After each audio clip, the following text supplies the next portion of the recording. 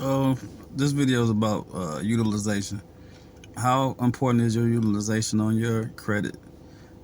Mm, there's very many different ways you can go about actually lowering your utilization. One that I found to be kind of useful is installment loans. Installment loans is something that you can, come in at $5 to $10, and it will automatically give you a low utilization at all times on that installment. And if it's up to 750 or 1,000 or something like that, that's something you'll always have. So that's a report on all three bureaus for you. With that being said, I know of a few. You got Self Lender, you got Kickoff. Kickoff is new and up and coming. Kickoff is pretty good. Um, like some of the testimonies that I have got from people who actually did it was they shot up 91 points after a couple months of actually just paying their $5 to $10 installment loan. So that's something that you might want to look into. Kickoff. And back to utilization.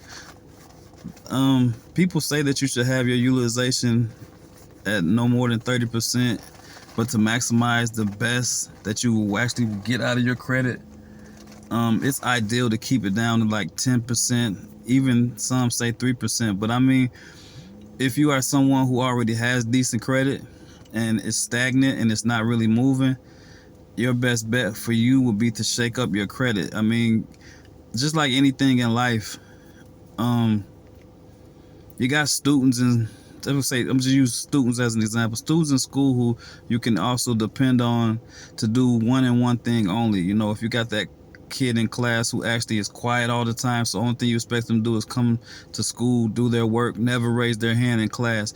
That's what you depend on them to do. Same with credit bureaus. Credit bureaus expect you to pay on time, not really spend, and keep your credit, account at a low utilization. So what to them you are a nobody. You're someone who don't spend your money that they have loaned you, because whether you believe it or not, a credit card is nothing more than a loan. That's someone giving you some money and saying go do damage with it and come back and see us. That's what they want you to do. They encourage you to do that. In the event that you never spend over that 30% utilization, you never shake up the credit bureau and make your score lower, it'll be stagnant for a long time. So in order to get the attention, you know what that girl in class did? She started raising her hand. She started actually talking. So she had the attention of the teacher. So she was prone to look at her and look into her. Same way it would be with your credit. Shake that credit bureau up, show them something different from you. And I'm not encouraging anyone to mess their credit score up or go over that utilization. But what I'm saying to you is, most people who are stagnant, that is the reason why you're stagnant, because there's only so much you can do when it comes to credit. I mean, you can add credit card after credit card after credit card, but if you're not using them and you're not spending anything on them, it won't change anything. You'll be stagnant sitting at 780 for a year and a half, and everybody is in a rush to get to that 850 or just 800 period in general. But again, utilization is something that's very important. It's 35% of your credit score, and what that is, that's the on-time payment that you have. If you don't realize, 35% is the lump sum of your credit score overall. Like, it's the biggest chunk that you will get out of your credit score. So therefore, if you're not paying attention to the on-time payments or your utilization, that is pretty much your credit score in itself. Like, if you are someone who actually does keep it at that 10%, that's something to look into, something to think about.